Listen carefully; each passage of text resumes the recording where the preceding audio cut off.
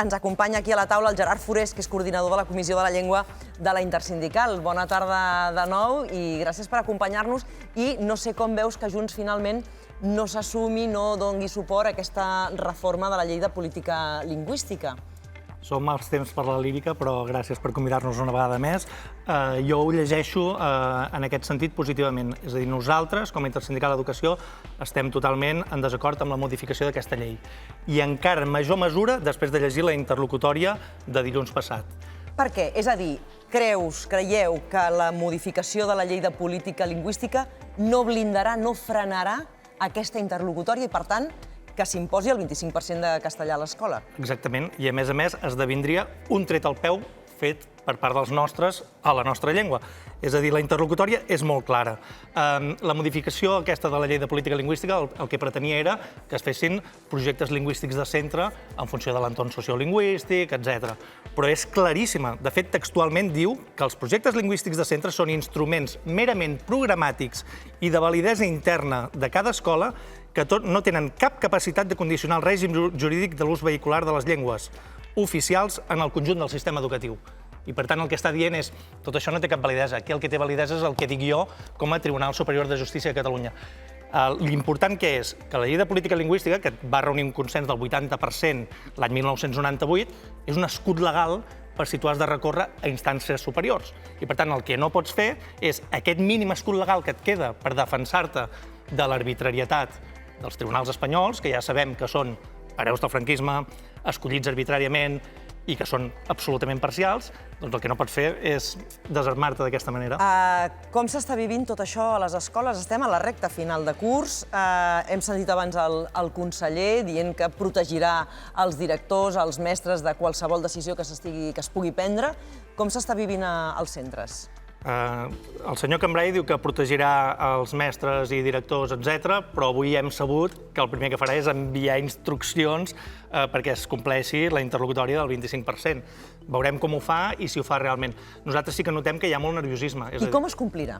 És a dir, un cop es rep aquesta interlocutòria, un cop es rep que s'ha de complir, com s'organitza el centre perquè això sigui una realitat? Aquest final de curs jo veig que és impossible, perquè tu ja tens uns llibres de text en una determinada llengua. Aquestes matèries, què vols fer ara? Canviar el llibre de text, tenir el llibre de text en una llengua i després fer la classe oralment en una altra llengua? Vull dir que jo penso que aquest final de curs és inaplicable. També penso que aquesta mena de sentències el que volen fer és tota hora que ja tenim més d'un 25% de classes en castellà a secundària i a FP, perquè la FP en aquest país funciona majoritàriament en castellà i és hora que ens diguem la veritat. I una bona part de la secundària també. Doncs aquí el que es vol és bàsicament atemorir el professorat. És a dir, tenim un professorat que en bona mesura, sobretot a secundària, ja té uns usos diglòssics que mostren la realitat exterior i el que volen és atemorir-los encara més i fer-los bascular encara més en l'ús del castellà. Una pregunta. Aquesta sentència estava basada en la llei Wert. Ara tenim una altra llei, que és la llei Celaá, que Esquerra Republicana va aconseguir introduir uns canvis per no dir que la llengua castellana era la vehicular. Davant d'aquesta realitat nova, no es podria fer alguna cosa o no és suficient? De fet, la sentència del Tribunal Constitucional de l'any 2010 deia que el castellà havia de ser vehicular, llengua vehicular també a les escoles. Per tant, aquesta sentència es refereix a allò. Aquí el que hi va haver és una demanda d'execució de la vehicularitat que es va fer l'any 2015 per part del senyor Méndez de Vigo, que era ministre d'Educació. Què passa? Que aquesta demanda tu la pots fer retirar, perquè és una demanda en nom de l'Estat. I, per tant, l'any 2018, i això se'ls va dir i repetir moltes vegades, quan vosaltres negocieu la investidura del senyor Sánchez, el que heu de fer no només és negociar la LOMLOE, sinó fer retirar en nom de l'Estat aquesta demanda que, si no, acabarà causant una sentència. I un cop això no es va fer, ara legalment, hi ha alguna manera legalment de parar-ho, això? És molt complicat. És a dir, tu ets enmig d'una teranyina judicial espanyola, tu ho pots portar a Europa, que segurament sentenciarà d'aquí 10 anys, però tu, mentrestant, ja hauràs desmantellat totalment el model d'escola catalana, que vull recordar que és el model d'escola que assegura els drets lingüístics dels alumnes castellanoparlants d'aquest país. El seu dret a conèixer en igualtat de condicions la llengua catalana, igual que els seus companys catalanoparlants que ja saben parlar castellà. I una pregunta, ja acabo.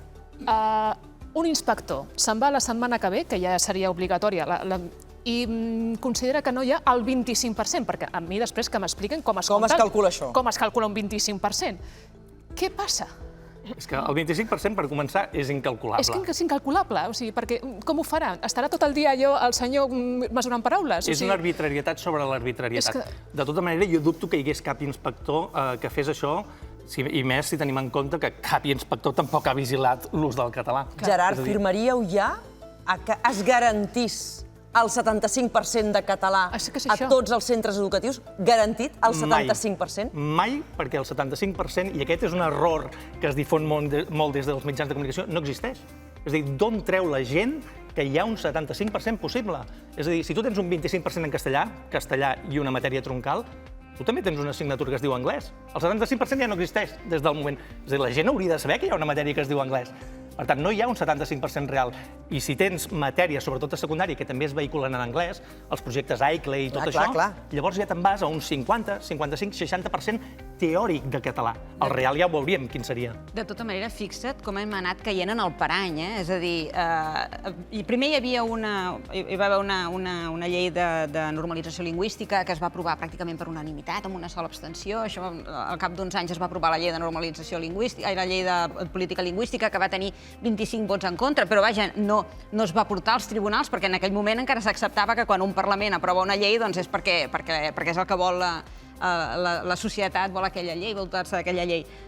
Però a partir del que hi ha, ara que ara em feia referència, a partir del moment en què hi ha la sentència de l'Estatut, que no s'anul·la l'article que parla de la llengua, sinó que es fa una cosa molt pitjor que anul·lar-la, que és una interpretació d'aquell article, amb la qual cosa es diu, escolti, sí, el castellà és la llengua oficial a l'estat espanyol. A partir d'aquí s'obre aquesta escletxa a través de la qual va entrant totes les intervencions judicials. Ara ja estem en això, ja estem parlant de quin percentatge. Fixa't com hem entrat en aquest joc i com ara la resposta que es vol fer és, molt bé, doncs, que això és el que s'està queixant, doncs, més enllà dels debats que hi ha entre els partits polítics, hi ha les entitats que defensen la llengua o els mestres que estan dient, escolti'm, però si en el moment en què vostè posi que són els centres els que poden decidir quin percentatge, estàs donant per bo legalment, o estàs escrivint tu, legislant des del Parlament de Catalunya, acceptant això. És a dir, mica en mica hem anat baixant per un pendent que, clar, on frena això, on acaba això? I una cosa molt important que acabes de dir, que tens tota la raó del món, això el que garanteix és la igualtat de drets dels castellanoparlants. De que un nen que arriba a l'escola, que la seva llengua materna no és el català, tingui la possibilitat de sortir de l'escola exactament amb els mateixos drets. Declaracions de Núria Marín, alcaldessa de l'Hospitalet, l'altre dia. Perquè, clar, els nens catalans parlen castellà sense cap mena de problema. Anna. Bé, que jo... A veure, no ho trobo tan dramàtic en el sentit de que tot allò que tu puguis regular és l'àmbit on tu pots controlar. És a dir, està molt bé... Fins que et ve un jutge. Bueno, no, fins que et ve un jutge no, perquè inclús ara, és a dir, precisament el no haver-ho fet és quan t'ha vingut el jutge. Quan no s'ha regulat prou, quan no impedeixes que els altres entrin, doncs efectivament és quan et quedes despullat. Perdona. Estava regulat a la llei d'educació. Estava regulat i... Deixeu parlar la Goza, deixeu que s'expliqui, sisplau. Sí, perquè jo ho veig diferent.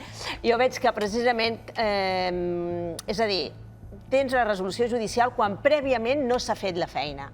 I ara, precisament, en el moment que ens trobem, en aquests 15 dies, entenc que és el moment de remar tots amb la mateixa direcció. Per tant, a favor d'aquesta reforma, estàs parlant d'aquesta reforma de la llei de política lingüística. Aquesta reforma de política lingüística, a favor del decret que es vol implementar, a favor de, precisament, poder-ho regular, sense que, és a dir, jo diria, molt bé la política, molt bé la filosofia, la pedagogia, a nivell jurídic, s'ha d'actuar sempre. I si et diuen que tens aquests 15 dies, i si et diuen prèviament que tenies 2 mesos, i si et diuen abans de la sentència o el 2020, és temps que tu tens per regular.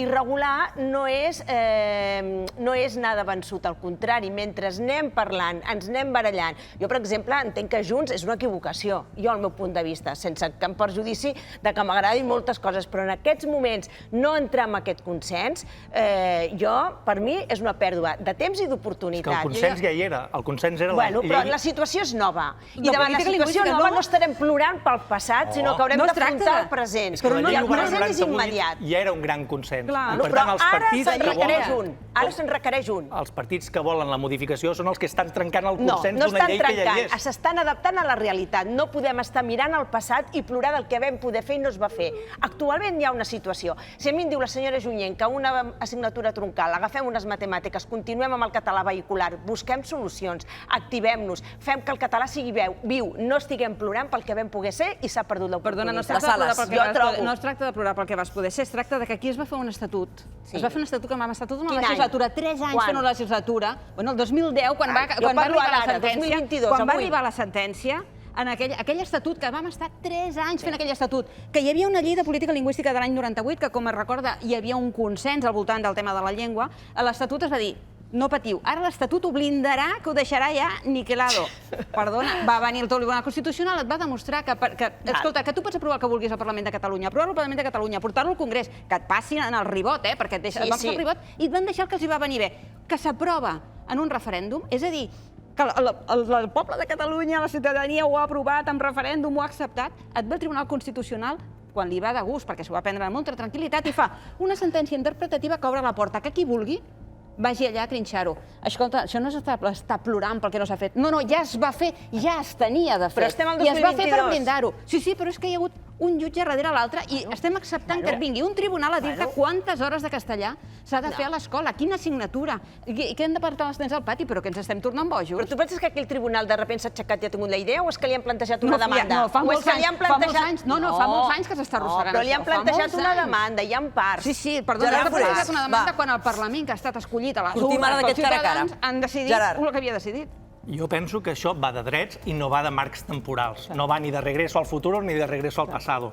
Jo el que et vull dir és, tu creus que l'últim àmbit on la llengua catalana continuava tenint un marc legal favorable i era més o menys majoritària, l'últim àmbit s'ha de fer cas a uns jutges que donen per bons uns articles determinats a l'Estatut andalús que són calcats els de l'Estatut català i aquí te'ls recorren i te'ls retallen i a l'Estatut andalús no? És a dir, aquests jutges triats per uns partits polítics ideologitzats han de poder decidir, com no passa enlloc més del món, el percentatge de les llengües en el nostre sistema educatiu. De fet, la Carme Junyent, que jo sàpiga, el que va dir és si els polítics volguessin complir la sentència, pedagògicament jo recomano això. Però ella no va dir que estigués a favor de però complir aquí hi ha la sentència. solucions. Hi ha solucions. Jo, quan em preguntes això, ara podríem estar opinant i en el sentit d'opinar, de dir-te, jo com a advocada t'haig de dir, si un tribunal em diu que s'ha de complir una sentència, jo et diré, compleix-la.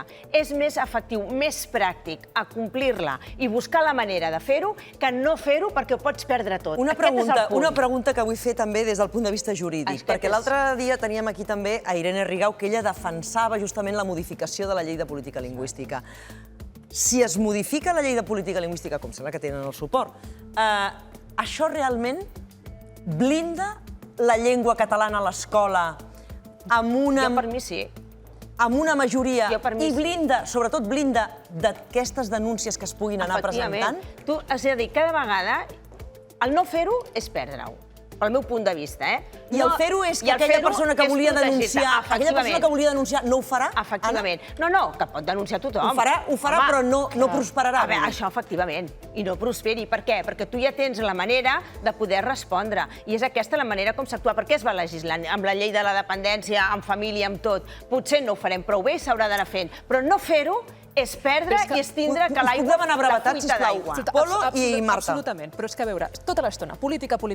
Estem parlant d'educació, en el fons, i ningú està parlant de com s'eduquen els nens i les nenes d'aquest país. És a dir, tots els models que realment funcionen, Finlàndia, Corea, tots aquests, el que et diuen és fixem uns objectius, que ja estan claríssims en aquest context, és hem d'aprendre les dues llengües. Com s'ho fan les escoles? Depèn de les escoles, és a dir, hem de donar-los garanties i autonomies als centres. Això és el que haurien d'anar treballant estàs I no dient... anant per No, percentatges. però això que estàs dient és perfecte.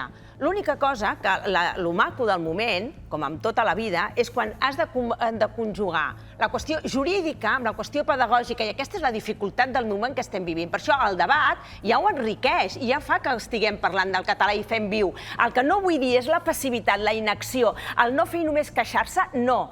Parlem-ne, busquem la pedagogia, però hi ha una sentència perquè hi ha hagut una demanda prèvia. No perdem l'essència i puguem-ho fer. Marta, sisplau. És el punt divertit. Hi ha hagut recurs rere recurs per defensar unes lleis que ja s'havien aprovat al Parlament. De tota manera, jo no sé si la via per solucionar això és o no és una reforma de la llei, no tinc ni idea. Jo el que vull esperar, el que vull veure és saber què diuen les entitats en defensa de la llengua i què és el que diuen les mestres. I una cosa que volia preguntar-te, si puc, una cosa molt breu, és què es pot fer, què pot fer la Conselleria, perquè ara des de Junts es demana que sigui el govern el que actuï, el que faci un decret, una instrucció o el que sigui. De fet, el govern havia impulsat un decret que va dir que trigaria un any a sortir. Què és el que estan esperant els mestres que pot fer el conseller per respondre a això, per donar algun instrument perquè puguin respondre? Jo et puc dir el que nosaltres, com a Intersindical d'Educació, proposem. I nosaltres el que proposem és, ells van dir que agafarien el bou per les banyes, ells van dir que donarien resposta i que no s'aplicaria aquesta sentència del 25%, i el que no pots fer és dir coses que després no compleixes, i per tant nosaltres proposem un únic projecte lingüístic de centre per tot el país. I en aquest sentit, en el senyor Cambray, que d'altres coses no hi estem d'acord, donar-li un suport tancat a tota la comunitat educativa que està a favor i defensant la immersió. I aquí tenim l'AFAC, la principal associació de pares, els sindicats educatius, etc. Sí que li volia dir també a l'Anna que dius, bueno, jo et sento parlar molt en termes abstractes, que aquest és un dels problemes, no? Qüestions jurídiques, qüestions pedagògiques... Jo vull factualitat. És a dir, tu ara tens instituts que et fan un 50-60% de l'ensenyament en castellà, perquè no hi ha cap reglament sancionador perquè no es pugui fer. Tu tens una FP que funciona en un 80% en alguns instituts també en castellà. La factualitat, com fas complir la vehicularitat del català a les escoles. Vull que em diguis com t'ho faries, estratègicament. A veure, jo et diria, si aquest centre està complint o té un 80% en castellà, per exemple, si hi ha una demanda concreta del senyor Martínez en contra d'aquest centre, no prosperarà. O algú concret que tu m'has dit que concreti, per no dir el pare en genèric.